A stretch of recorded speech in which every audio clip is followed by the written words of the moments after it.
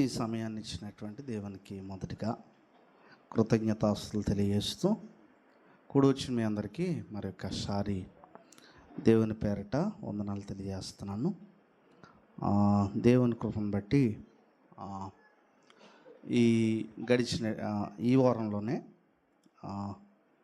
లంబసింగి ఆయా ప్రాంతాల్లో స్వార్థ పని నిమిత్తమే వెళ్ళినప్పుడు వారు ప్రత్యేకంగా మీకు వందనాలు తెలియజేయమని చెప్పారు. వారి తరపున కూడా వందనాలు.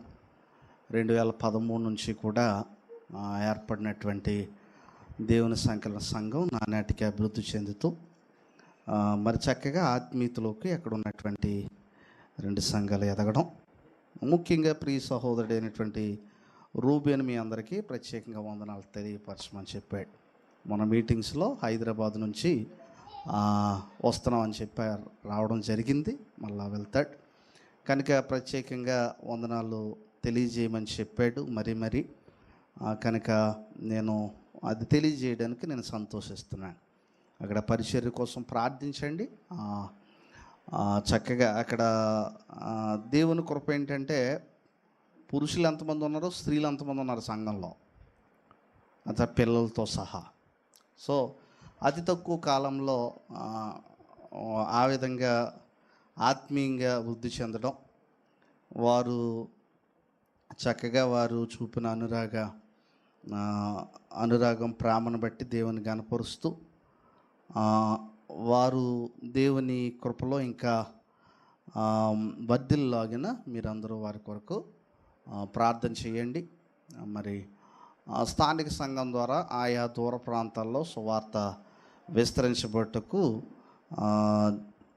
మన యొక్క స్థానిక సంఘానికి ఇచ్చినటువంటి కృపను బట్టి కూడా నేను దేవునికి కృతజ్ఞతలు తెలియజేస్తున్నాను. మరి ఈ సమయంలో మనం కొద్ది నిమిషాలు మరి ఒకసారి మీరు అందరూ చాలా ఆసక్తిగా బైబిల్ తరగతికి రావడం ఎంతో సంతోషం. దేవుని యొక్క వాక్యంలో మనము మరలా ఆయన యొక్క వాక్యంతో మమేకమై ఆయన వాక్యానుసారంగా మనలను దేవుడు నడిపించినట్లుగా మనము మత్తయి సువార్తలో ఉన్నటువంటి వాక్య భాగాలను ధ్యానిద్దాం. మత్తయి సువార్త 8వ అధ్యాయంలో శతాధిపతి దాసుడి గురించి మనం మాట్లాడుకున్నాం. గడిచినటువంటి ఆయా వారాల్లో శతాధిపతి గురించి, శతాధిపతి యొక్క విశ్వాసమును గురించి మనం చూసి ఉన్నాం. 14వ వచనం నుంచి మనం చూసినట్లయితే, తరువాత యేసు పేతురింట్లో ప్రవేశించి జ్వరంతో పడి ఉన్న అతను చూచి ఆమె చేయముట్టగా జ్వరం ఆమెను విడిచెను. అంతటా ఆమె లేచి ఆయనకు ఉపచారము చేయసాగాను. ఇక్కడ విషయం మనం పేతురు అత్త జ్వరంతో బాధపడ్డాం. ఎందుకంటే పేతురికి వివాహం అయినట్టుగా మనకి బహుశా చాలామంది పండితులు ఏమంటుంటారంటే పేతురికి వివాహం అయినట్టుగా పౌలు కూడా ప్రస్తావిస్తూ ఉంటాడు. విశ్వాసరాలైన భార్య పేతురుకు ఉన్నట్టుగా ఆయన వాక్య భాగాల్లో మనకు పత్రికలో తెలియపరుస్తూ ఉంటాడు. కనుక బహుశా తన భార్య యొక్క తల్లి అయి ఉండొచ్చు అనేటువంటిది మనం చూడొచ్చు. అయితే దానికి వాక్య భాగాల ఎవిడెన్స్ అనేటువంటిది పక్కన పెడితే, ఇక్కడ మనం ఆలోచిస్తే ఈమె ఒక మంచి పని చేసింది. ఆమె చెయ్యి ముట్టగా జ్వరం ఆమెను విడిచెను. అంతటా ఆమె లేచి ఆయనకు ఉపచారము. సో స్వస్థపరచబడిన తర్వాత it is a thanksgiving. స్వస్థపరచబడింది అంటే దేవుడు మనల్ని ఎందుకు స్వస్థపరుస్తున్నాడంటే దానికి ఒక అర్థం ఉంది. స్వస్థపరచబడిన వెంటనే ఏం చేస్తుంది? ఆమె ఉపచారం చేస్తుంది. కృతజ్ఞతగా మనము చేయవలసినటువంటిది. ఇప్పుడు ఉపచారం యేసుప్రభు వారికి చేస్తుంది, అంటే పరిచర్య చేస్తుంది. సో ఉపచారం చేయడం అనేటువంటిది చాలా విలువైనటువంటిది. దేవుని పని నిమిత్తమే, దేవుని కొరకు, దేవుని ముఖ్యంగా ఇక్కడ యేసుప్రభు వారికి చేస్తున్నాను. అలాగే కొత్త నిబంధనలో కూడా చూడండి, చాలామంది ఉపచారం చేసినట్టుగా మనకి బైబిల్ గ్రంథంలో ఉపచారం అనేటువంటిది ఒక గ్రేట్ క్వాలిటీ. సో మనము దేవుని పేరు ఇప్పుడైతే మనం ఇప్పుడు దేవుని ముఖ్యంగా ఏ విధంగా ఉపచారం చేయగలం, దేవుని గురించి పౌలు గారు మాట్లాడుతున్నారు. ఏమంటున్నారంటే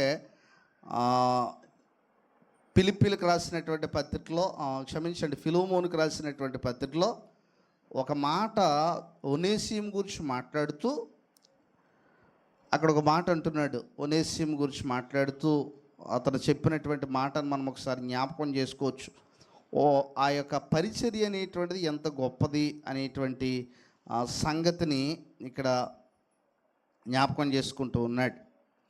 చూడండి ఇక్కడ ఏమంటున్నాడు అంటే, ఒక సంగతి ఇక్కడ మనం చూడొచ్చు.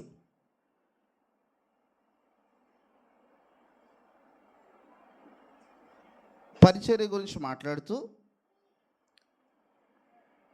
8వ వచనంలో మనకి ఇక్కడ కొన్ని విషయాలు జ్ఞాపకం అవుతూ ఉన్నాయి. ఏంటంటే, కావున యుక్తమైన దాన్ని గూర్చి నీకు ఆజ్ఞాపించుటకు క్రీస్తునందు నాకు బహుధైర్యం కలిగి ఉన్నాను. వృద్ధుడును ఇప్పుడు క్రీస్తు యేసు ఖైదున్న పౌలను నేను ప్రేమను బట్టి వేడుకుంటే మరి మంచిదనుకొని నా బంధకముల్లో నేను కనిన కుమారుడుకు ఒనేసిము కోసము నిన్ను వేడుకొంచున్నాను.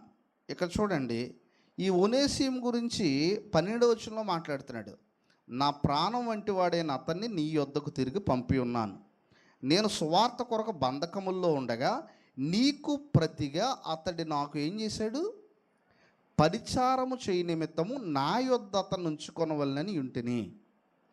చూడండి, నీకు ప్రతిగా నాకు ఏం చేయడానికి అంటున్నాడు అక్కడ. అంటే ఇది మనం సువార్త ప్రకటించే దైవజనులకు పరిచయం చేయడం, దేవునికి పరిచయం చేయడమే. ఈ రెండు వేరు కాదు. నిజానికి కొన్ని ప్రాంతాలకి సువార్త పని నిమిత్తం వెళ్ళినప్పుడు వారు చాలా బాగా పరిచయం చేస్తూ ఉంటారు.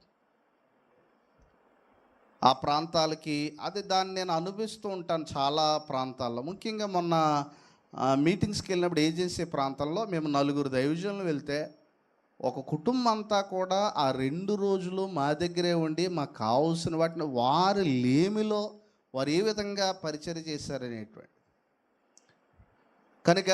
కనుక వారికి కలిగి ఉన్నటువంటి ప్రేమను బట్టి నేను చాలా సంతోషించాను. కనుక ఇక్కడ విషయం ఏంటంటే, దేవుడు మనల్ని ఎందుకు అంటే ముఖ్యంగా సువార్త పని నిమిత్తం దేవుని బట్టి వచ్చారు కాబట్టి వారికి పరిచయం చేయడం అనేటువంటిది ముఖ్యమైనటువంటిది. ఇక్కడ కూడా పేతురు అత్త స్వస్థపరచబడితే ఆమె స్వస్థపరచబడినట్టునే చేసిన పని ఏంటంటే, ప్రభువుకి ఆమె ఏం చేస్తుంది? పరిచయం చేస్తుంది. కనుక ప్రభువుకి ఎందుకంటే ప్రభు దేవుని యొక్క వాక్యాన్ని ప్రకటిస్తున్నాడు అనేక ప్రాంతాలకి. కాబట్టి ప్రభు ఏం చేస్తున్నాడంటే ఆయన యొక్క సువార్తను అనేకలకు ప్రకటిస్తూ ఉన్నాడు. కాబట్టి ఆమె ప్రభువుకు పరిచయం అంటే దేవుడి మేలుకి కృతజ్ఞతగా మనము చేసేటువంటిదే పరిచర్య. దేవుడు ఇక్కడ మేలు చేశాడు. ఆమెకి ఏం మేలు చేశాడనంటే ఆమెను ఏం చేశాడంటే స్వస్థపరిచాడు. రోజు మనం ఇంకా బ్రతుకున్నామంటే మనం ఏం చేయడానికి బ్రతుకున్నాం? ఏది చేయడానికి మనం బ్రతుకున్నాం అనేటువంటిది మనం జ్ఞాపకం చేసుకోవాలి. జీవితంలో సాధించేది ఏమీ లేదు. ఎందుకంటే నేను ఇందాక ఒక విషయాన్ని జ్ఞాపకం చేసుకున్నాను. భూమి మీద నువ్వు ఎంత గుర్తింపుగా బ్రతకాలని అనుకున్నా చివరిలో మనకు అర్థమయ్యే విషయం ఏంటంటే జీవితానికి ఒక అర్థం ఉందనేటువంటి విషయం అర్థమవుతూ ఉంటుంది. చాలామంది భౌతికంగా ఎదిగినటువంటి వారు. ఇందాక ఒక విషయాన్ని జ్ఞాపకం చేసుకుంటూ, ఈ మధ్యకాలంలో ఫోన్స్ అన్నీ కూడా యాపిల్ కంపెనీస్ వచ్చాయి. అంటే యాపిల్ కంపెనీ ఐఫోన్ ఇష్టపడుతున్నాడు, ఐపాడ్లు కానీ ఇలాంటివి కూడా. అతడు యాపిల్ కంపెనీ ఎవరిదైతే బ్రాండ్ అతను చాలా ఒకటే అనుకున్నాడట. అతను అనారోగ్యం ఉన్న గడియల్లో అతను మాట్లాడినటువంటి మాటలు ఏంటనంటే, నేను ఇదే గొప్పది అనుకున్నాను, నేను నా జీవితంలో ఏదో ప్రాముఖ్యమైనది నేను సాధించాలనుకున్నాను, కానీ నా జీవితం సాటిస్ఫికేషన్గా లేదు. జీవితానికంటూ ఒక అర్థం ఉంది. దేవుని చిత్తం నెరవేర్చిన వాడు తప్ప ఈ భూమి మీద సంతృప్తిగా ఇంకొక వ్యక్తి ఎప్పటికీ ఎన్నటికీ ఉండలేడు. మీరు దూరపు కొండలు నునుపన్నట్టుగా మనం ఎవరినో చూసి ఎక్కడి నుంచి ఊహించుకుంటామంటే సాటిస్ఫైగా ఉన్నాడని. దూరపు కొండలు ఏమంటుంటారు అంటే దూరంగా పక్కన లేవు కాబట్టి వాడికి వెనకాల ముందు అన్నీ ఉన్నాయనుకుంటాం. బట్ అతను నిజంగా సంతృప్తి కలిగి ఉన్నాడు ఆ లైఫ్లో అని అంటే అతను ఒకసారి పర్సనల్గా అడుగు. సో ఇదిగా సంతృప్తి అనేటువంటిది, అందుకే అంటున్నాడు సంతృప్తి సహితమైన దైవభక్తి గొప్ప లాభసాధకమై ఉందంటాడు. దైవభక్తి తప్ప మరి ఏది ఈ లోకంలో నేను సంతృప్తి పరచలేదు. ఆ విషయాన్ని మనము చెప్పక్కర్లొద్దు. లేదంటే మనం ఒకవేళ అలాగా ఉన్నట్లయితే మనమే ఒకరోజు చెప్తాం నా జీవితం సాటిస్ఫైడ్గా లేదని. అందుకే చూడండి, బైబిల్ ఉన్న భక్తులు ఎవరో కూడా నిరాశతో చచ్చిపోలేదు. అలా నిరాశతో చచ్చిపోయారా? ఈరోజు చాలామంది ధనవంతులు నిరాశతో చచ్చిపోతున్నారు. బైబిల్ ఉన్న భక్తులు ఎవరో నిరాశతో చనిపోయారండి. వాళ్ళకి ఏమీ లేవు కూడా. ఏదో సాధించకుండా చనిపోయామన్నది ఏం లేదు, సాధించే చనిపోయామన్న తృప్తి. అందుకే విశ్వాసము గలవారే ఏం చేశారు, వాళ్ళు మృతి పొందారని బైబిల్లో ఉంది. కాబట్టి జీవితానికి నిజమైన సంతృప్తి ఇచ్చేది దేవుని చిత్తమే. అందుకే దావీదు అంటాడు, దేవా నీ చిత్తము నెరవేర్చుట నాకు ఎంతో సంతోషం అంటాడు. కనుక నిజానికి ప్రభువు కొరకు ఉపచారం చేయడు. దేవుడు మన జీవితాల్లో కాపాడేది, కనికరించేది, మన సజీలుగా ఉంచేది ఆయన కొరకు మనం బ్రతకడానికే. తర్వాత ఇంకా పేతురు అత్తను స్వస్థపరిచిన వెంటనే 8వ అధ్యాయం 16 నుంచి మనం చదివితే, సాయంకాలం అయినప్పుడు జనులు దెయ్యములు పట్టిన అనేకులను ఆయన యొద్దకు తీసుకొని వచ్చారు. ఇది అంటే దెయ్యాల గురించి చాలామంది చాలా డౌట్లు అడుగుతూ ఉంటారు. దెయ్యాలు ఉన్నాయా అండి, ఉంటే ఏ విధంగా వాటిని మనం మేనేజ్ చేయాలి అనేటువంటి. దెయ్యాలు లేవనడానికి లేదు, ఎందుకంటే ద బెస్ట్ ప్రూఫ్ మనకు బైబిల్లో దెయ్యాలు వెళ్ళగొట్టిన సందర్భాలు ఉన్నాయి. తర్వాత దెయ్యాల్ని అంటే అపోస్తుల కార్యాల్లో కూడా అపోస్తులు కూడా దెయ్యాలను వెళ్ళగొట్టారు. సో అలాగనే ఇక్కడ మనం యేసు ప్రభువు వారి పరిచర్యలో కూడా దెయ్యాలను వెళ్ళడం, it is one of the సాతాను యొక్క అపవిత్రాత్మల యొక్క సమూహమే. అయితే చనిపోయిన వారు దెయ్యాలు అవుతారన్న దానికి బైబిల్ ఎక్కడ ప్రూఫ్ లేదు. అంటే చనిపోయిన వారు అవుతారు అనేటువంటిది ఎక్కడా కూడా బైబిల్లో లేదు. ఒకవేళ సమాధుల్లో ఉన్నప్పటికీ ఒకవేళ వారు ఏదో శరీరంలో ప్రవేశించడానికి వాటికి అధికారం లేదు. ఎందుకనంటే ఆ శరీరము మృతమైంది. ఇంకొక విషయం ఏంటంటే మరణించిన వారందరూ కూడా ఎవరి స్వాధీనంలో ఉన్నారు, దేవుని స్వాధీనంలో ఉన్నారు. కాబట్టి దేవుని ఆత్మ దొంగలించలేడు సాతానుడు ఖచ్చితంగా.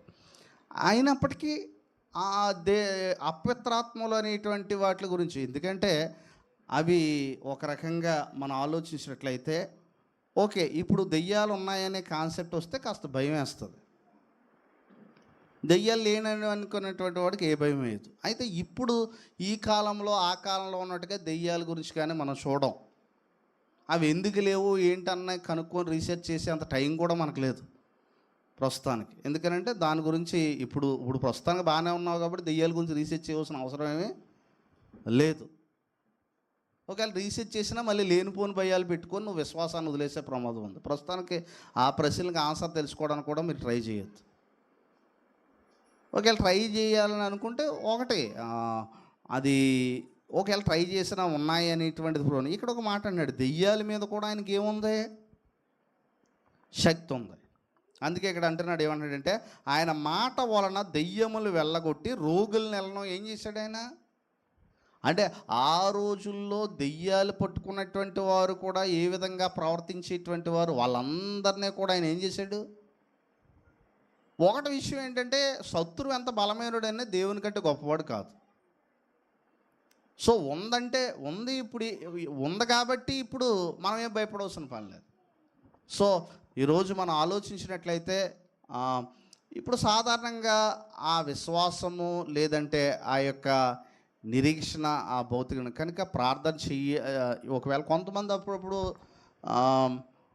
మీటింగ్స్ టైంలో కానీ లేదంటే ఆయా ప్రాంతాల్లో ఫోన్ చేస్తూ ఉంటారు, వింతగా బిహేవ్ చేస్తున్నాడండి ఏం చేయాలి, లేదంటే శరీర రుగ్మతలకి ఉండడం, లేదంటే వింతగా ప్రవర్తిస్తున్నాడు, లేదంటే ఇలాంటి నాకు కూడా కొన్ని సమయాల్లో ఫోన్ ద్వారా ప్రార్థన రిక్వెస్ట్లు ఒకటే. దాని గురించి ఏమొస్తుందో ఒకటే, ఒకవేళ సాతానుడు ఏమన్నా శోధిస్తున్నాడేమో, డెఫినెట్గా ఏమంటున్నాడనంటే ప్రార్థన చేయమని మాత్రం తప్పనిసరిగా చెప్పాడు. కనుక ప్రార్థించండి అనేటువంటి సంగతి మనకి బైబిల్లో స్పష్టంగా ఉంది. ప్రార్థన ద్వారా తప్ప మరి దేని వల్లనో ఏ కార్యం మనం చేయలేం. కాబట్టి అలాంటి వారికి చెప్పేటువంటిది ఒకటే, ప్రార్థన చేయండి బలంగా.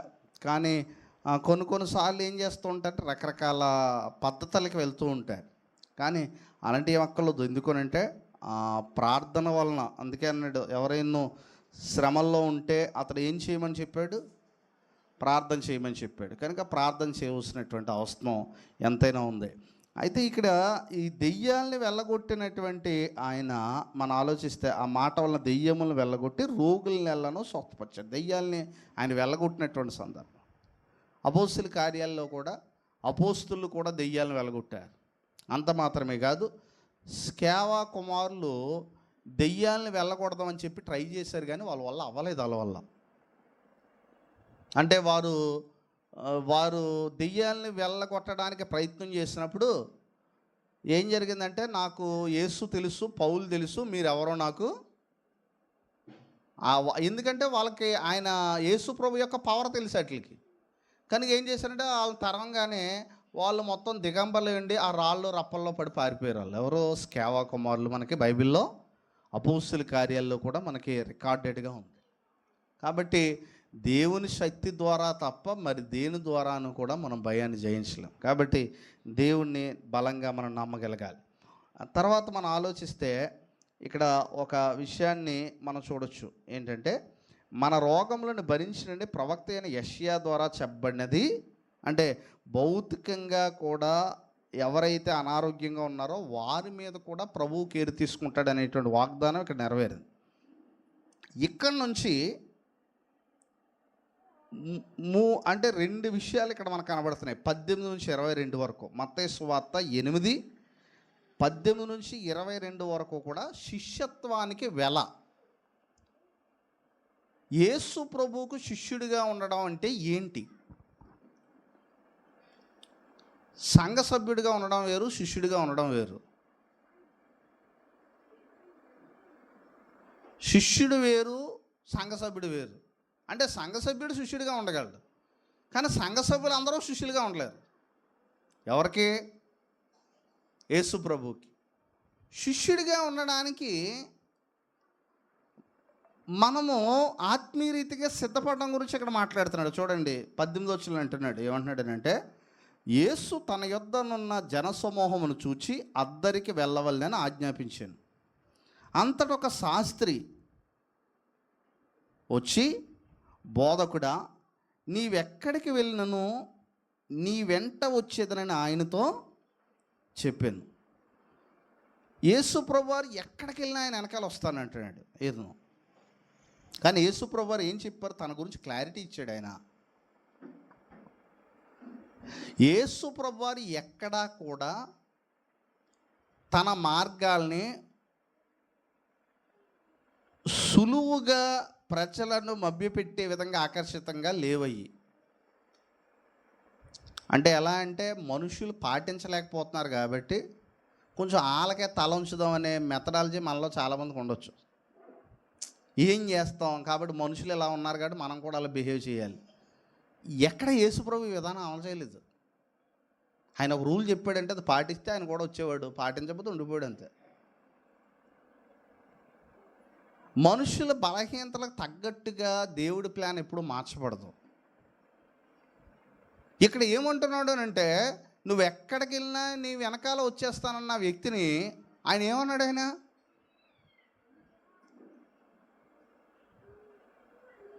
ఎక్కడికి వెళ్ళినా ఆయన వెనకాల వచ్చేస్తానన్న వ్యక్తిని ఏమన్నాడు అని అంటే, మనం చూడండి, అందుకు యేసు నక్కలకు, బొరియలను, ఆకాశ పక్షులకు నివాసములను కలవు కానీ మనుష్య కుమారునికి తల వాల్చుకొనుటకైనా స్థలము లేదని అతనితో చెప్పాను. ఏంటి దీంట్లో ఉన్నటువంటి అంతరార్థం? యేసు ప్రభు మార్గం చాలా సులువుగా ఉంటుందని అంటే, అతను యేసును వెంబడించాలి అని అనుకుంటున్నాడు, కానీ యేసును వెంబడించుట్లో ఎదురయ్యేటువంటి పరిస్థితుల్ని ఆలోచించుకోవట్లేదు. నువ్వు ఎక్కడికి వెళ్ళినా ఆయన వెనకాల వచ్చేస్తాను అంటున్నాడంటే అతను ఏ ఉద్దేశంతో ఉంటాడు? ఈ రోజున అసలు యేసు ప్రభుకి ఇదోటి మనం గమనించాలి. ఎలాగోలాగా శిష్యులు చేయవలసిన అవసరం అసలు లేదు సంఘానికి, సేవకులకి. కానీ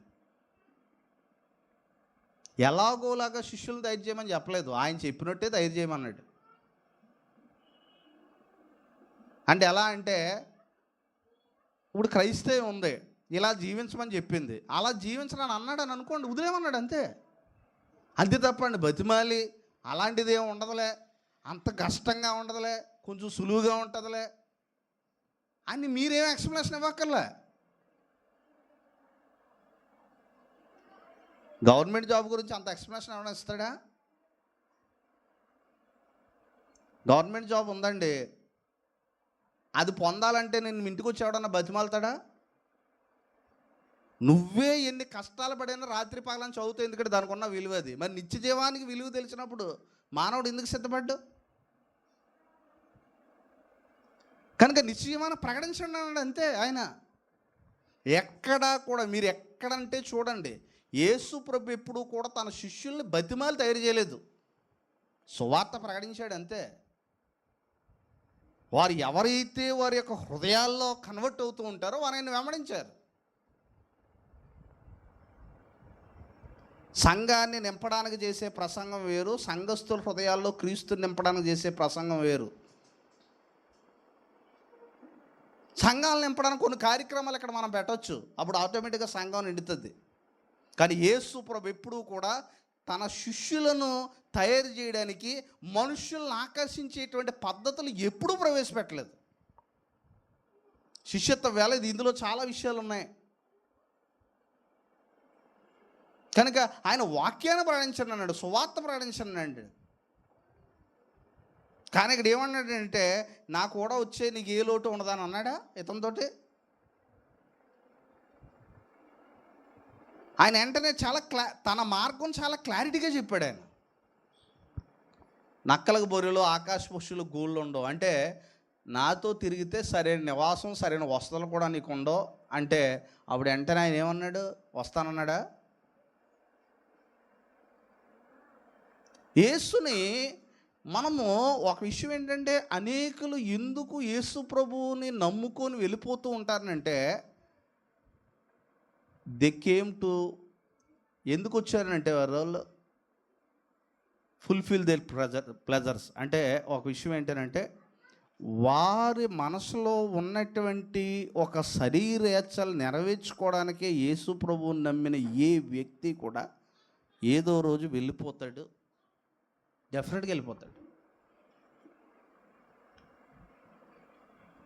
యేసు ప్రభు దగ్గరికి వచ్చిన వాళ్ళే కాదు, వెళ్ళిపోయిన వాళ్ళు కూడా ఉన్నారు. ధనాపేక్ష గురించి బోధిస్తే ఉండగలడా? పాపం గురించి బోధిస్తే ఉండగలడా?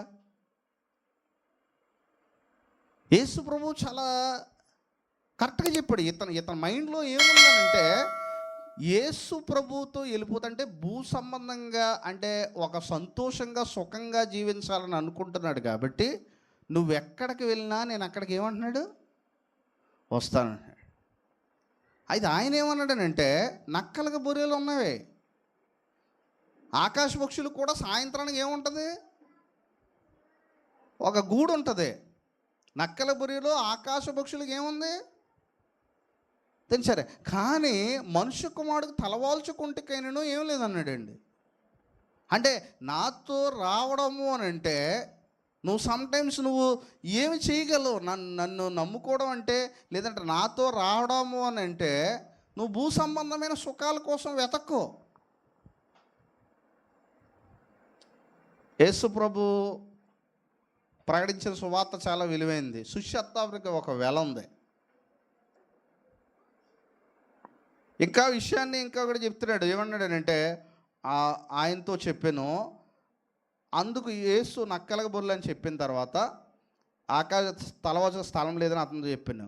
21వ వచనంలో భౌతిక సంబంధమైన ప్లెజర్స్ వల్ల కొంతమంది ప్రభువుని నమ్మలేకపోతున్నారు. రెండవది రిలేషన్షిప్స్. చాలామంది యేసుని వెంబడించబోవడానికి గల కారణం కుటుంబ సభ్యుల రిలేషన్షిప్స్. వాళ్ళని సాటిస్ఫై చేయాలన్నది మొట్టమొదటి నిర్ణయం. ఆ తర్వాత టైం తీసుకొని యేసు ప్రభు నమ్ముకున్న వాళ్ళందరికీ స్ట్రాంగ్ కౌంటర్ యేసు ప్రభు ఇస్తున్నాడు. ఈ లోక సంబంధమైన ప్రెజర్స్ వచ్చి భౌతిక సంబంధమైన రక్త సంబంధం ఒకటి యేసు ప్రభువుని వెంబడించకుండా నీకు ఆటంకం కలిగిస్తుందన్న సంగతి నువ్వు గమనించాలి.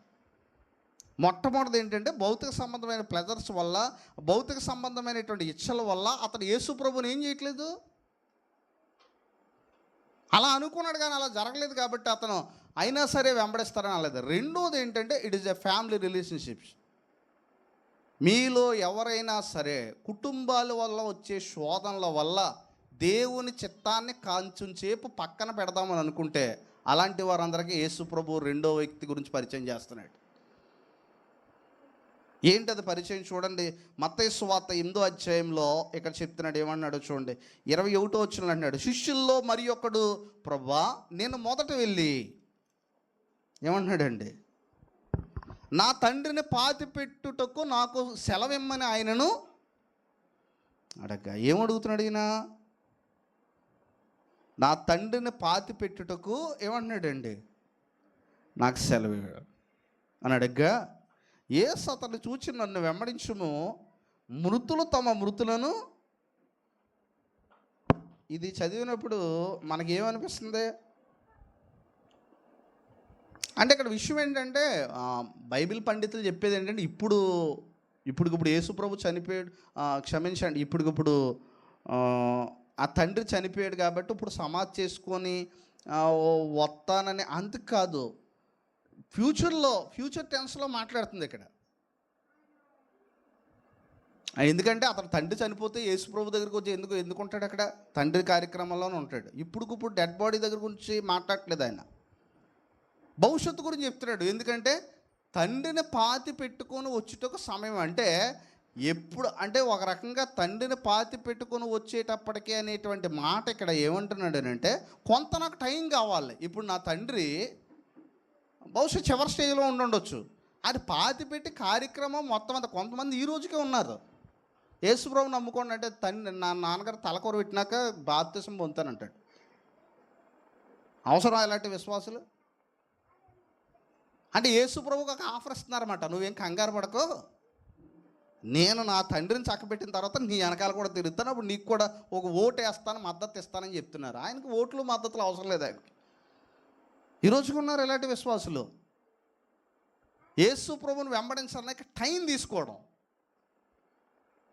ఎందుకు తీసుకున్నావు టైము అనేటువంటిది ఇక్కడ ఇంకొక సందర్భం కూడా మనకుంది. ఇక్కడ లోకాలైతే 3 విషయాలు ప్రస్తావించాడు ఆయన. లోకాసు వార్తలో చూడండి, లోకాసు వార్తలో ఇదే విషయాన్ని చెప్తున్నాడు ఆయన.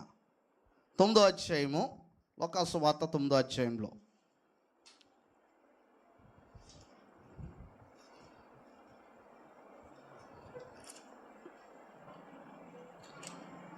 తొమ్మిదో అధ్యాయము 57వ వచనం. ఇదే సందర్భం ఇక్కడ కూడా మాట్లాడుతున్నాడు. వారు మార్గం వెళ్ళుచుండగా ఒకడు, నీవు ఎక్కడికి వెళ్ళినను నీ వెంట వచ్చేదని ఆయనతో చెప్పాను. అందుకు యేసు నక్కలకు బొర్రెలను ఆకాశ పక్షులకు నివాసంలో కలవు కానీ మనుష్య కుమారునికి తలవాల్చుకుంటుకెన్నో స్థలం లేదని అతనితో చెప్పాను. ఆయన మరి ఒకరితో నా వెంట రమ్మని చెప్పాను. అతడు నేను వెళ్ళి మొదట నా తండ్రిని పాతిపెట్టి వచ్చుటకు సెలవిమ్మని ఏం చేశాడు, మనం చేశాడు. అంటే ఏం అడుగుతున్నాడు, టైం అడుగుతున్నాడు కొంత. ఎవరిని వెంబడించడానికి? యేసు ప్రభువుని వెంబడించడానికి. సో ఈ రోజుల్లో వాక్యము చెప్పిన తర్వాత కూడా వాక్యములో ఏది మంచిది అనేటువంటిది నీకు తెలిసినప్పుడు మేలైన చేయనెరిగి ఉండియో అలాగు చేయని వానికి ఏం కలుగుతుంది అన్నాడు, పాపం కలుగుతుంది. ఇప్పుడు నీకు ఒక విషయం తెలిసిందనంటే అది ఈరోజే పాటించాలి. చాలా సందర్భాల్లో ఇది నోవేడేస్ ఇది చాలా ఎక్కువగా వ్యాపిస్తుంది. అదేంటనంటే టైం తీసుకోవడం యేసు ప్రభువుని వెంబడించడానికి. కొంతమంది ఏమంటుంటారనంటే ఈ కార్యం జరిగితే నేను యేసు ప్రభువుని నమ్ముకుంటాను. లేదంటే కొంతమంది చెప్పేటువంటి విషయం ఏంటంటే ఇంకా కొన్ని ఆచారాలు ఉంటాయి కొంతమందికి. మరి ఎలాగంటే అసలు యేసు ప్రభు మార్గము లోకానికి ఎప్పుడూ కూడా యాంటీగానే ఉంటుంది. నీవు ఇది సెట్ చేసిన తర్వాత సెట్ చేద్దాం అప్పుడు 2 సుఖంగా ఉంటాయని నువ్వు అనుకోకు. ఎందుకనంటే అంతం వరకు సహించిన వాడే ఏం పొందుతానన్నాడు, యేసు ప్రభు మార్గము ఒక సౌకర్యవంతంగా ఉంటుందని థింక్ చేయొద్దు. అంటే మనం ఏంటంటే ఇప్పుడు శ్రమలను తప్పించుకోవడం చేసేటువంటి పని. ఇప్పుడు గమనించండి, మనం ఆలోచించినట్లయితే ఇప్పుడు యేసు ప్రభువుని నేను నమ్ముకుంటాను, యేసు ప్రభువు నేను వెంబడిస్తాను. ఇప్పుడు ఇంటికి వెళ్ళిన వెంటనే కుటుంబ సభ్యులు వద్దన్నారు, ఏం చేస్తావు? యేసు ప్రభువుని నమ్ముకోవద్దు. నువ్వు చర్చికి వెళ్తే కనుక ఇంట్లోంచి పొమ్మన్నారని అనుకోండి, ఏం చేస్తాం? ఈ శ్రమ వస్తే తెలుసా మీకు, చరిత్రలో చాలామంది ఇంట్లోంచి వెలివేయబడ్డారని. నా నామం నిమిత్తం అనేకులను పోగొట్టుకున్న వాళ్ళు తెలుసా? ఆయన నామం నిమిత్తం ఎన్నో వాళ్ళని పోగొట్టుకున్నారు వాళ్ళు. మత్తయి సువార్త 19లో ఏమన్నాడో చూడండి, ఏం వదులుకొని వచ్చారో చూడండి వాళ్ళు. మత్తయి సువార్తలో ఏమిచ్చాడో చూడండి. మత్తయి సువార్త 19వ అధ్యాయంలో అంటున్నాడు,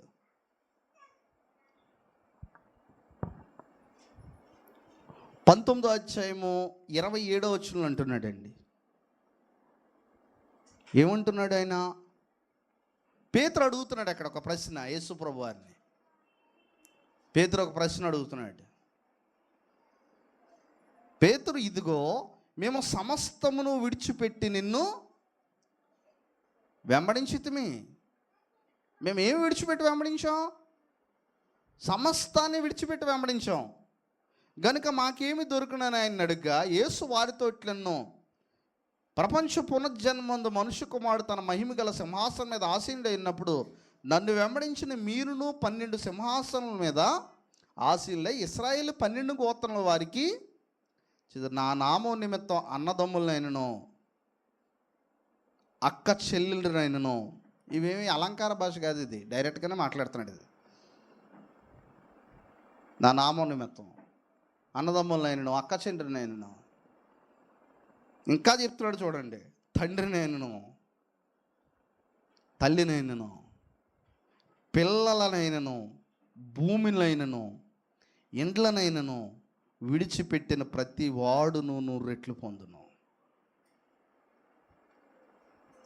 అంటే ఇక్కడ విషయం ఏంటంటే బాధ్యతలను వదిలేసి వచ్చేయమనేటువంటిది కాదు ఇక్కడ యేసుప్రభు బోధ. ప్రభుకి నీకు ఏది ఆటంకం అయితే దాన్ని వదిలేయి, దాన్ని పట్టుకోకో. దాన్ని పట్టుకున్నారంటే ఎప్పటికైనా నష్టమే. కానీ ఎప్పుడు కూడా జీవితంలో గమనించండి, దేవుని కొరకు బ్రతకడానికి, దేవుని కొరకు ఆ దేవుడు ఏ ఆజ్ఞ అయితే ఇచ్చాడో ఆ ఆజ్ఞ చేయడానికి నీకు ఏది ఆటంకంగా ఉందో అది వదిలే. ఎందుకో తెలుసా? అది వదలకపోతే ఖచ్చితంగా నీవు ఏదైతే పట్టుకొని కొనసాగావో వాళ్ళెవ్వరూ నిన్ను నిజీవానికి తీసుకెళ్ళారు. ఇది మనం గమనించగలగాలి. ఇక్కడ ఇంకోటి అన్నాడు, నా నామము నిమిత్తము. చరిత్రలో చాలామంది ఉన్నారు ఇలాంటి వారు. ఇప్పుడు మనం పాటలు పాడుతున్నాం, ఆంధ్ర క్రైస్తవ కీర్తనలో పాటలు ఉంటాయి. అందులో చాలామంది భక్తులు కుటుంబాలే ఎలేసే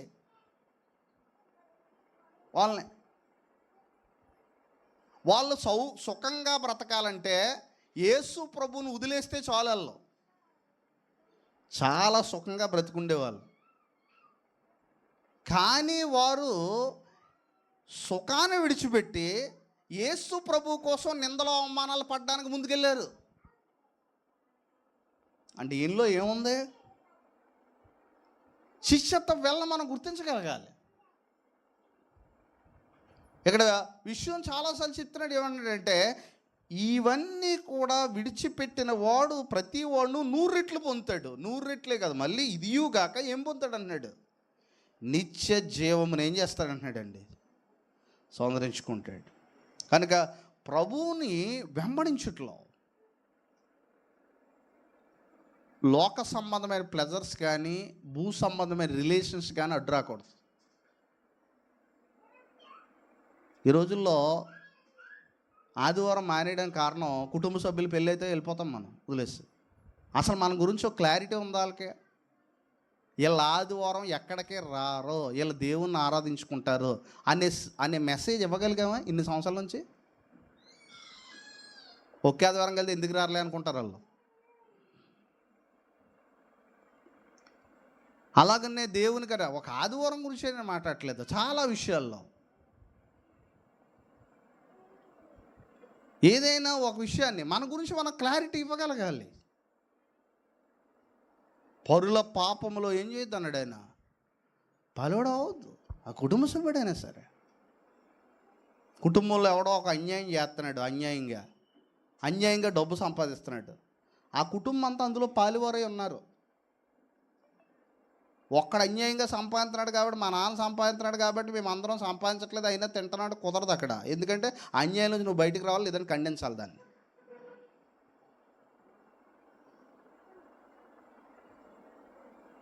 లేదంటే మా పిల్లలు లంచాలు పట్టుకొని మా ఇంటికి డబ్బు తెస్తుంటే ఆ పిల్లల్ని ఖండించగలగాలి. నువ్వు భార్య తెత్తనాడు నా కుమారుడు అని అనుకుంటే నువ్వు ఆ అన్యాయంలో పాలువాడిపోయి ఉన్నావు. అవసరమైతే నీ డబ్బులు నాకు అక్కర్లేదు, గంజానం వేసుకొని తింటాను. నువ్వు యేసు ప్రభు కోసం యేసు ప్రభుని వెంబడించడం అంటే యథార్థత. యేసు ప్రభు అంత క్లారిటీగా చెప్పాడు తన విధానాన్ని. అందుకే అన్నాడు, నేను వచ్చిన తర్వాత సమాధానాన్ని ఆయనకి ఇష్టం లేని మనుషులకు భూమి మీద ఏం కలుగును అంటున్నాడు, సమాధానం కలుగు. ఆయనకి ఇష్టం లేని మనుషులకు మాత్రం భూమి మీద అగ్గి వస్తుందని చెప్పాడు.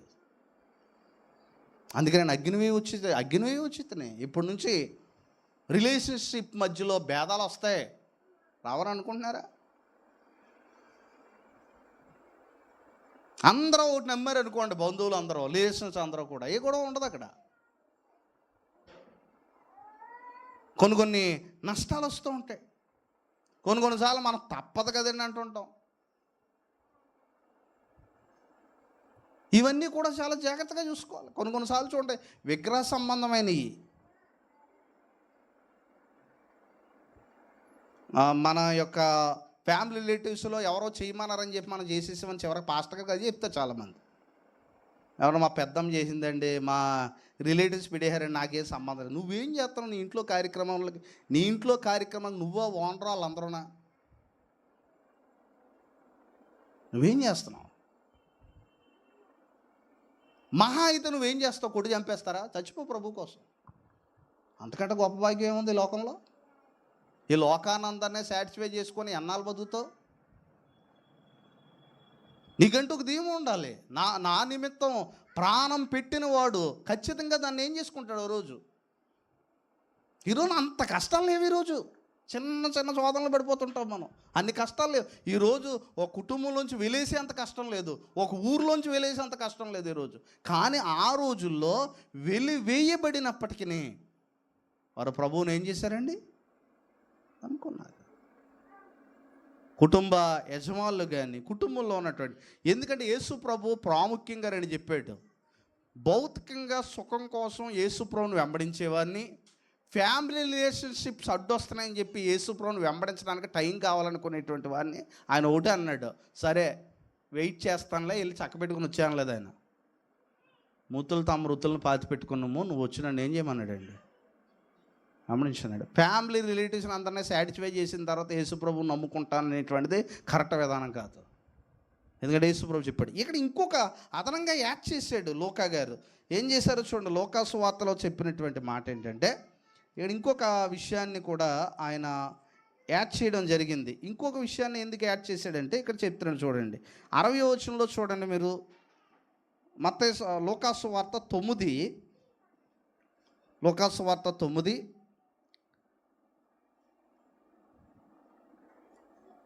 60లో 60 అయిన తర్వాత 60 ఇంకా క్లారిటీ. అందుకే ఆయన మృతులు తమ మృతులను నీవు వెళ్ళి దేవుని రాజ్యమని ఏం చేయమన్నాడు వారితో చెప్పాను. 61 వచ్చిన మరి ఒకడు ప్రభువా నీ వెంట వచ్చేతను కానీ నా వెంటనున్న వారి యొద్ద సెలవు తీసుకొని వచ్చేటకు మొదట నాకు ఏమంటున్నాడు, ఈ మూడో రకం.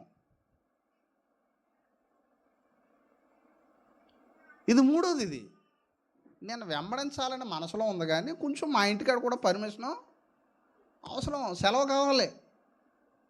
అప్పుడు సెలవు ఇస్తే ఓకే, సెలవు ఇవ్వకపోతే మరి నేనేమి. సెలవు అంటే నేను డ్యూటీల గురించి మాట్లాడట్లేదు, అవి వేరే విషయం. అది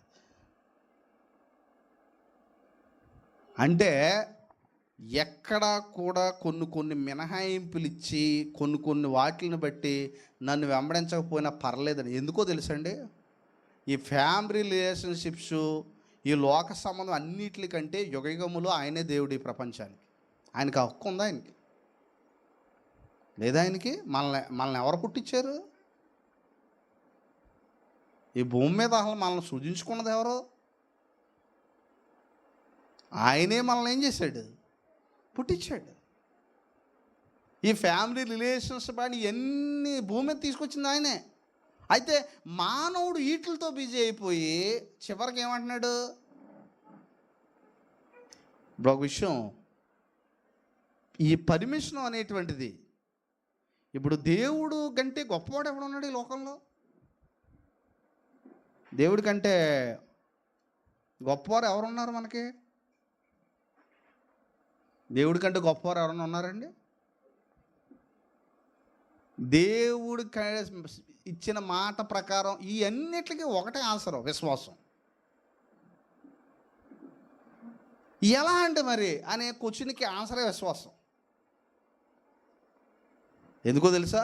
విశ్వాసము మూలంగా అంతకంతగా విశ్వాసం కలిగినట్లు దేవుని నీతి దాని యందు ఏం చేయబడిందంటే బయలుపరచబడింది. అందుకే ఇవన్నీ ఎలా చేయగలంటే విశ్వాసం. ఎందుకంటే ఆయన చెప్పేశాడు ఆల్రెడీ, నా నిమిత్తము మీరు నిందించి అందుకే అక్కడ ఓ మాట అన్నాడు, క్లారిటీగా మనం చదువుదాం. నా నిమిత్తం మీరు ఏం చేయమని చెప్పాడు ఆయన? మత్తయి సువార్తలోనే చెప్పాడు ఇవన్నిటికంటే ముందు. 5వ అధ్యాయంలో చూడండి ఏమంటున్నాడు, 5:11. మత్తయి సువార్త 5:11 అండి. అది చెప్తున్నాడు, నా నిమిత్తము జనులు మిమ్మును నిందించి హింసించి మీ మీద అబద్ధముగా చెడ్డ మాటలెల్లా పలుకున్నప్పుడు మీరు ధన్యులు. ఎప్పుడు ధన్యులు మనం? నా నిమిత్తం మిమ్మల్ని నిందిస్తే, నా నిమిత్తం మిమ్మల్ని నిందించి, రెండోది ఏంటంటే హింసించి మీ మీద, ఇది తప్పించుకోవడానికే కదా లోకంలో మనం కలుతున్నాం. ఈ నిందలో అబద్ధాలు, ఈ నిందలన్నీ మనం ఫేస్ చేయలేకే అదేదో కమిట్ అయిపోతే కొంత నిందలో ఇవన్నీ ఉండవు కాబట్టి సేఫ్ జోన్లో ఉంటాం అనేటువంటిది తెలివైన క్రైస్తవ్యం నేటి కాలంలో. బట్ ఆయన చెప్పాడు, ఆయన నువ్వు ఆ ధన్యత పోగొట్టుకుంటున్నావు. నువ్వు నిజంగా ప్రభు కొరకు ఏదైనా చేస్తే దాని మీద నిందొచ్చిన, అక్కడ ఏమంటున్నాడు అంటే నిందించి, తర్వాత ఏమన్నాడనంటే నా నిమిత్తం జనులు మిమ్మల్ని నిందించి, ఆ నిందతో ఆగలేదు, మళ్ళీ ఏమన్నాడు? హింసించి మీ మీద అబద్ధముగా చెడ్డ మాటలు వెళ్ళపడ్డా. ఎందుకంటే అపార్థం చేసుకోవడం, లోక అపార్థం చేసుకుంటుంది క్రైస్తవ్యాన్ని, ఖచ్చితంగా అపార్థం చేసుకుంటుంది. ఎందుకు అపార్థం చేసుకోదు? నిజంగా అపార్థం అనేటువంటిది కూడా ఒక శ్రమే తెలుసా? మనం చాలాసార్లు అవతలోడు నేను అర్థమై ఉంటే నన్ను అర్థం చేసుకోవట్లేదు అని అంటే ఆ సాతానుడు అలా చేస్తున్నాడు. అంటే నీవు అపార్థం చేయబడ్డం కూడా ప్రభు కోసమైన శ్రమే.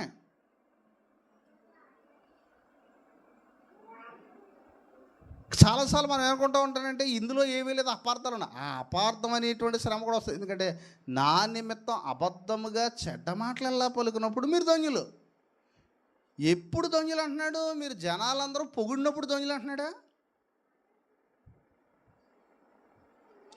చాలామంది యేసు ఇక్కడ విషయం, చాలామంది ఇప్పుడు పొగిడినప్పుడు ధన్యులు అంటలేదు, అభినందించినప్పుడు ధన్యులు అంటున్నాడు, లేదంటే మిమ్మల్ని గణపరిచినప్పుడు ధన్యులు అంటలేదు. ఏమంటున్నాడు? నా నిమిత్తం మిమ్మల్ని నిందించి హింసించి అబద్ధముగా చెడ్డ మాటలల్లా పలుకితే మీరు ధన్యులు. నేను అడుగుతున్నాను, చిన్నప్పటి నుంచి ఈ ధన్యత ఎంతమంది పొందుకుంటున్నాం?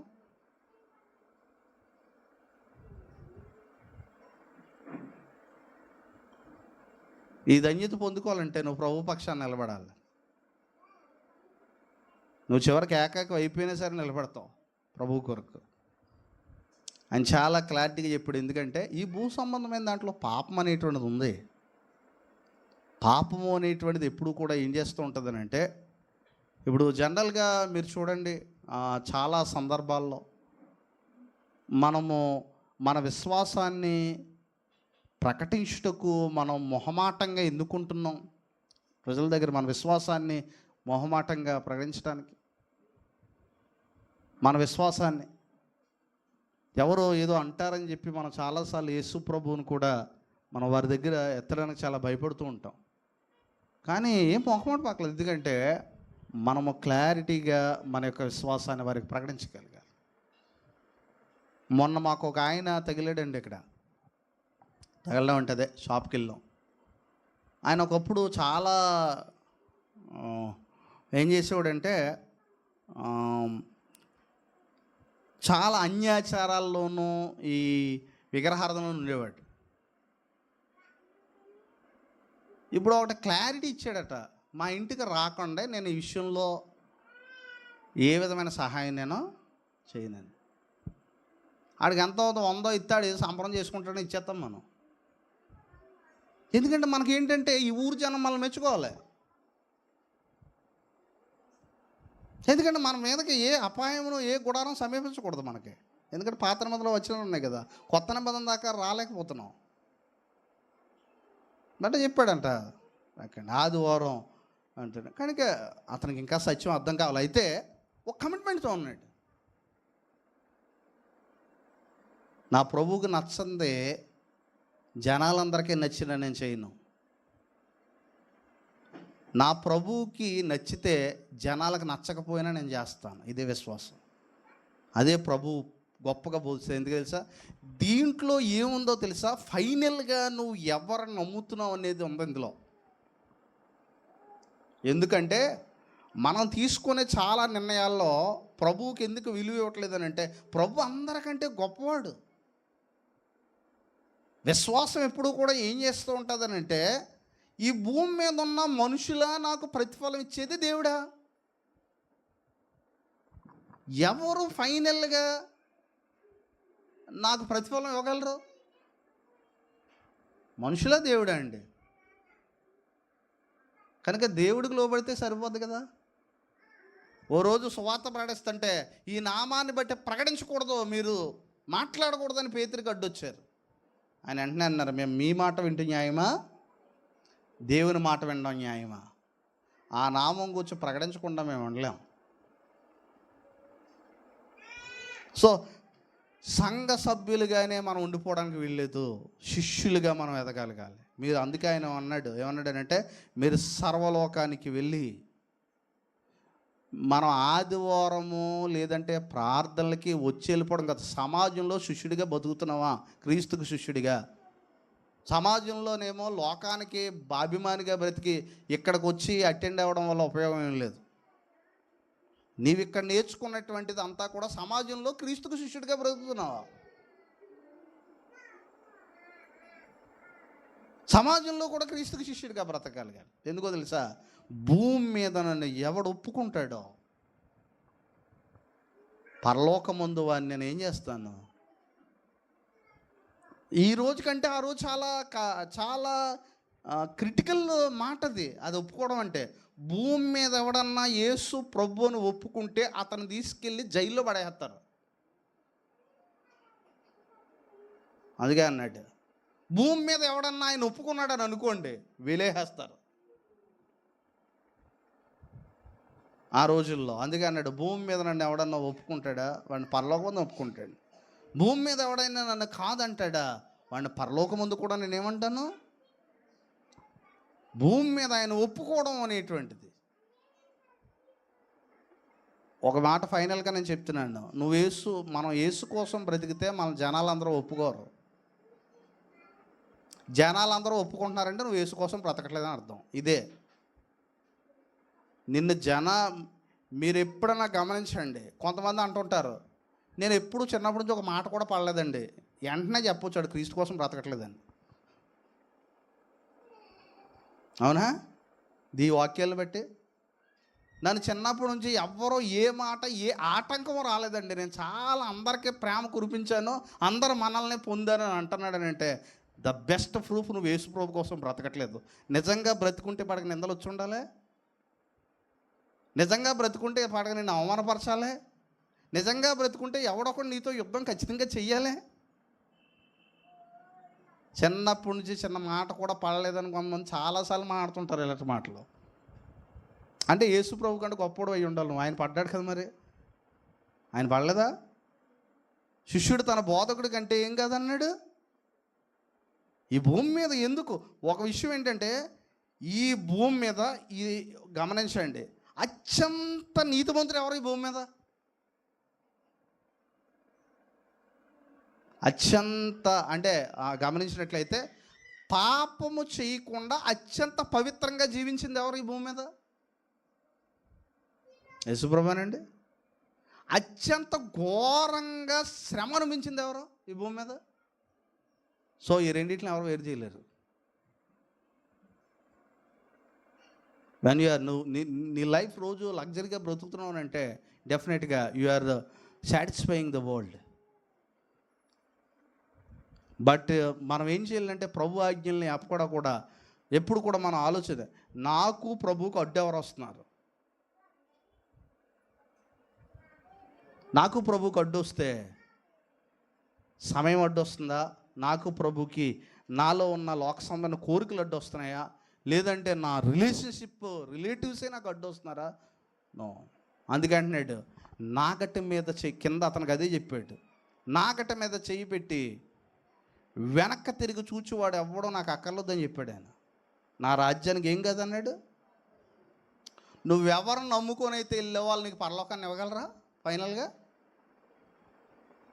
కనుక యేసు క్రీస్తును వెంబడించడం అని అంటే ఈ లోక సంబంధమైనటువంటి వాటిని సహితము నువ్వు విడిచిపెట్టగలిగేటువంటి విశ్వాసం అనుకుంటా. అదే ప్రభువు చెప్తున్నాడు. ఎందుకంటే ఎంత గొప్పవాడనంటే మొన్న ఒకసారి ఒక మంచి మాట చెప్పారు. మహా అయితే ఏమవుద్ది, ఒకవేళ అందరూ నిందించి చెడ్డ మాటలు పలికి మహా అయితే ఏమవుద్ది, శ్రమ పడతావు, నలిగిపోతావు, మానసికంగా బాధ అనిపిస్తావు. మొన్న ఏజెన్సీ ప్రాంతాల్లో ఒకసారి ఒక మంచి మాట జ్ఞాపకం చేశారు.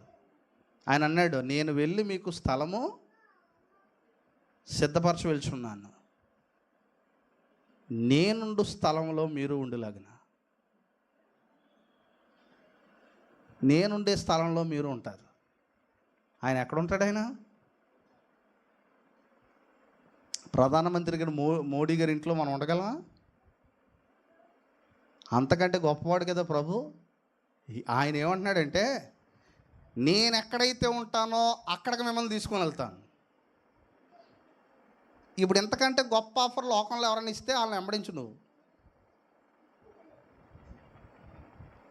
నీ బంధువులు ధనవంతులు అని చెప్పి వాళ్ళకి లోపడ్డావంటే మహా అయితే నిన్ను ఒక ఏంటది డ్యూప్లెక్స్ హౌస్లోకి తీసుకెళ్తారేమో.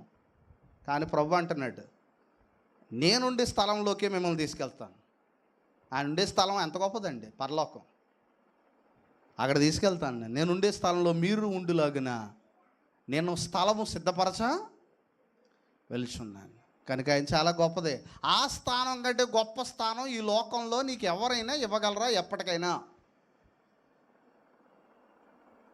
పరలోకం కంటే గొప్పదే ఉందండి. కనుక ఈ లోకంలో ఉన్నాయన్నీ తాత్కాలికాలే. ఒక ఆయన అన్నాడు, what is permanent that is bore అండి. నీ జీవితంలో ఏదైతే ఆనందంగా ఉందని పరిగెడతావో అది ఖచ్చితంగా నీకు బోర్ కొడుతుంది. సొలొమోనుకు బోర్ కొట్టేసి చివరిలో రాశాడు సమస్తం. ఏమన్నాడు? ఎదురు మళ్ళీ మనం ట్రై చేయాలనుకుంటున్నాం అంతే కొత్తగా.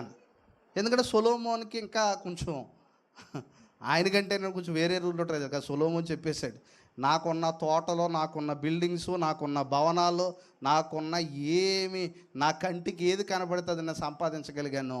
కానీ అప్పుడు సమస్తము నేను వ్యర్థానికే ప్రయాసపడ్డాను. ఆ చివరి 12వ వచనంలో రాశాడు, 12వ అధ్యాయంలో, ఇదంతయు తేలిన తర్వాత ఫలితార్థం ఇదే.